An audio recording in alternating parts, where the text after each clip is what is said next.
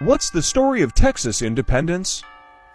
In October 1835, settlers in Texas rebelled against the Mexican government. By December, they had cleared Texas of Mexican forces. The last of those forces had been besieged in San Antonio de Bejar. When rebels took control of the city, they also took control of the Alamo mission, a former Catholic outpost that had been fortified to withstand Native American attacks. In February 1836, Mexican President General Santa Anna arrived in Texas at the head of 6,000 men. He began concentrating them at San Antonio de Bejar, and on February 23rd laid siege to the Alamo. He did not prosecute that siege with vigor initially, and several reinforcements were able to reach the Alamo garrison. Meanwhile, while the siege of the Alamo dragged on, delegates began meeting in Washington on the Brazos to decide the meaning of the Texas Revolution. Some sought complete independence for Texas, while others sought a restoration of the Mexican Constitution of 1824, which had established a federal system.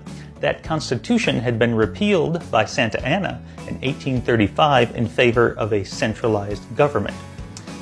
The repeal in 1835 of the 1824 Constitution had led several to rebel against the Mexican government. On March 2, 1836, the delegates voted overwhelmingly for independence and issued the Texas Declaration of Independence. 2 days later, Santa Anna decided to end things at the Alamo and decided to launch an assault on the morning of March 6th. At 5:30 a.m., the assault began, and the Mexican forces were able to get within musket range of the walls of the Alamo before the defenders realized what was happening. Within half an hour, the walls had been breached, and by 6:30 a.m., the battle was over. All of the Alamo defenders, somewhere between 180 and 260 men, were killed. The Mexican forces lost between 400 and 600 men.